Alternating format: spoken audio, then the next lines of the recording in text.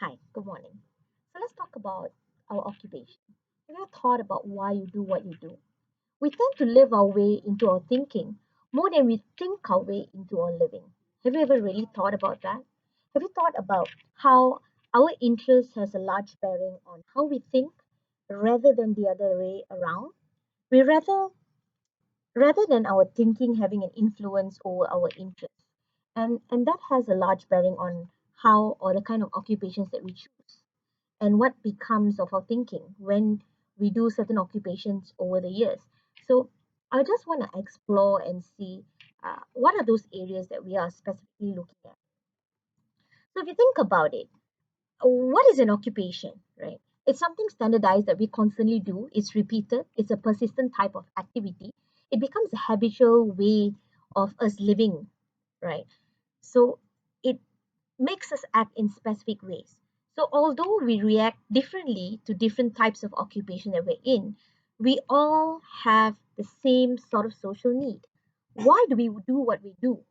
Depends on how it fulfills for us the largest and richest opportunities for social usefulness. Like at the end of the day, when I do this job, like me, I'm a lecturer. So at the end of the day, when I lecture, what does it do for me in terms of my social usefulness? I feel that I'm giving back to society. I'm doing something good. I'm making a change. I'm making a difference in the world by even if I influence one person. So in that way, it helps me in terms of social usefulness. And it helps me in terms of my personal development as well. I feel that it makes me a better person. It makes me more moral, ethical, because I'm always thinking about what's the best way in order to teach or educate students. And I need to set a good example. So often than not, when we fulfill a certain occupation, the purpose is very simple. Just two things, as I mentioned: social usefulness and personal development. So what we do is we seek values that produce certain types of attitudes or a tendency for us to react. And every single occupation has different attitudes of what we call occupational attitudes. I don't know if you ever really thought about it. And where we work or what we work as has a huge impact on our mental development and our social attitude. A teacher is very different from a businessman, and a businessman is very different from a missionary, for example. And the implication of what we choose to do for a living impacts how we carry on and our attitudes on different issues in life as well.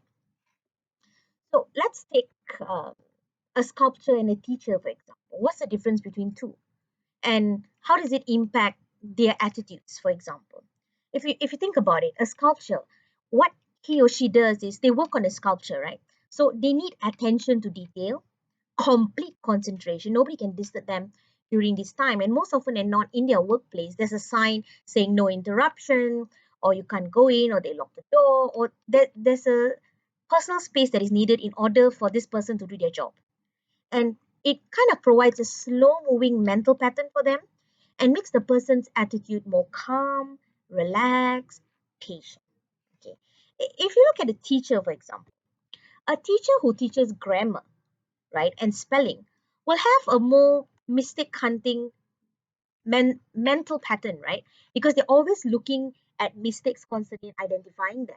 There's a chance that when they look through Facebook posts or LinkedIn posts, they will always point out the mistakes. And that's because of that whole mental hunting pattern that they have.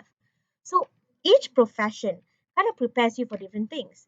I think naturally, I'm not the most patient person, but it being a lecturer has kind of impacted the way I think, as well as certain attitudes that I have. I have become more patient over the years because of that necessary, which is very hard for me, but a very necessary part, which is patience. I need to be patient when dealing with students. I need to learn how to talk to them in order to encourage them and motivate them, for example. So over the years, I've learned how to be careful with my words, how I say certain things, how I respond. So depending on different types of occupation, it impacts how your mental development occurs in regards to this. So if you think about it, right, in different occupations, what are some predispositions, right? So if you think about it, a lot of occupations, what happens is it becomes from aptitudes to our attitudes. So you are fitted with mental equipment to prepare you for a number of occupations.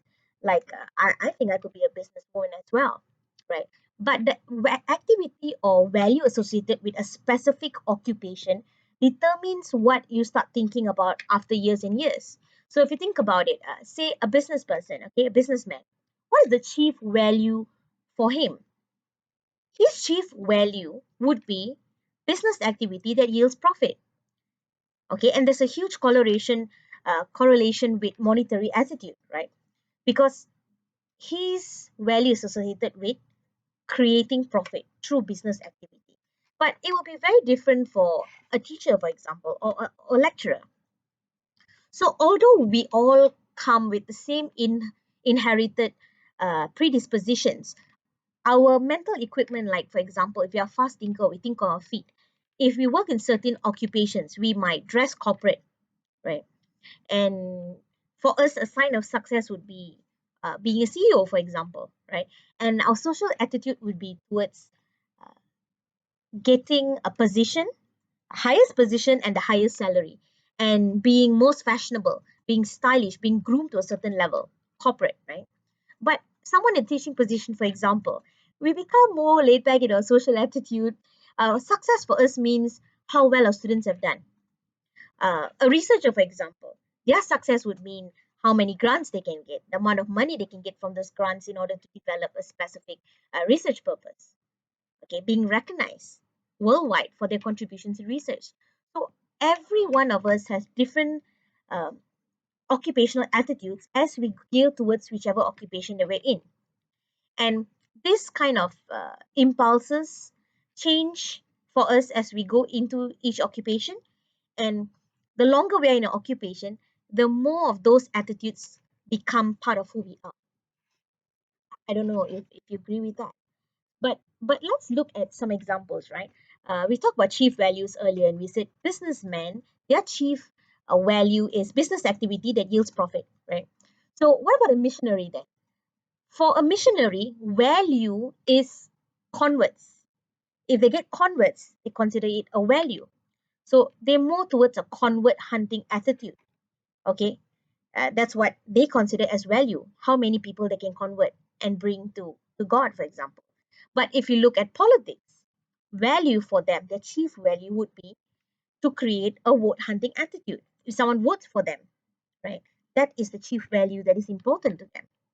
So if you look at things, when it comes to our occupation and how we go about looking at it, a lot of times we make decisions when it comes to occupation depending on uh, a few main factors, and I believe this 6 factors or so has a direct correlation with how we choose attitude.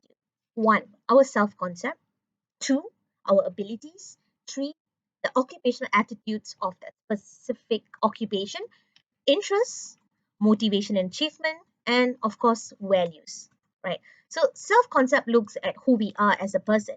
So when we are making a decision on which occupation to choose, we decide on that depending on who we are, what are our goals, what are what makes us who we are.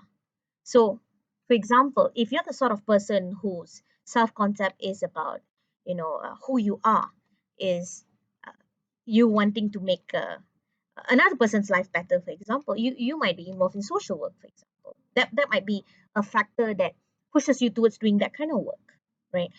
And also your abilities. If you want to be a doctor, for example, you have to have a certain academic capabilities. If not, you won't be able to become a doctor, right? You have to have certain abilities. If you want to be a surgeon, you have to have steady hands. If not, you can't do surgery, right? And the occupational attitudes associated with it. If you feel that you don't have the ability to sell, you can't be a businessman, can you? You can't be a businesswoman. So there are certain attitudes associated with specific fields. Maybe you're the sort of person that cannot sit still in the office 9 to 5, so you might not want to choose a job that requires certain types of attitudes. Or if you look at interests, you're interested in perhaps building on a product, right? You're interested in app development, for example. So that can contribute towards you deciding which occupation you choose. And then let's look at motivation and achievement. What is your motivation to do a specific job, for example? Say if you want to be a businesswoman or you want to be a startup, right? What is the motivation behind it? Is it because everyone else is doing it? What's your motivation? That sense of motivation and what you consider to be achievement is an important factor in how you choose your occupation. So for me, a sense of achievement for me would be seeing my students not just graduate but do well in life. So that's a sense of achievement for me, and I feel that I've done a job very well if my students are able to apply what I've taught them and go into the working world, sorry, and make something out of themselves. But would that be the same thing when it comes to a businessman, for example, or a missionary? Their sense of achievement will be different, okay? And the mission or the motivation behind why they do what they do would also differ. And what are your personal values? What's important to you? Like for me, ethics is crucial. I feel you need to be ethical, but not everyone feels that way as well. So, depending, I remember I worked in an advertising agency. I will not mention which agency, but I remember we got a brief to do. I was a copywriter back then, and we had a brief to do a campaign, and part of it was to create commercial, right? And my job was, of course, to write the script and come up with a storyboard. And when we were actually doing the shooting later on, we realized that the product was faulty. Okay, I will not mention exactly which product, will be quite obvious. And the product was faulty. And upon speaking to the client and discussing with the creative director, we were told to come up with a prototype of that exact product so that it works just for the purpose of the commercial, even though it did not work.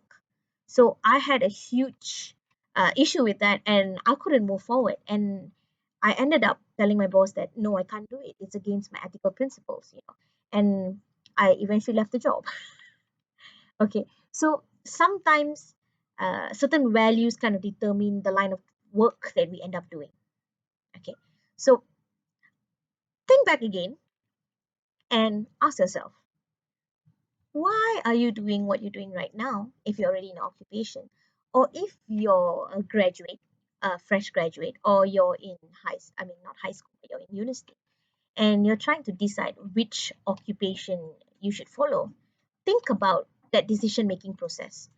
Why do you choose what you do? You know, what's the how would you decide? And think about all these factors that I talked about that can actually help you. Think about your self-concept, who you are, your abilities, uh, the occupation's attitude, for example. What is required to be an analyst? What is required to be a teacher? What is required to be a social worker? What's required to be a startup? uh, what kind of abilities do you need? What are the kind of interests that will correlate with this occupation? Your motivation, your values, and work from there. So I hope I've given you a bit of an insight into occupations and their attitudes and made you think a little further about what you do or what you're going to do. So thank you.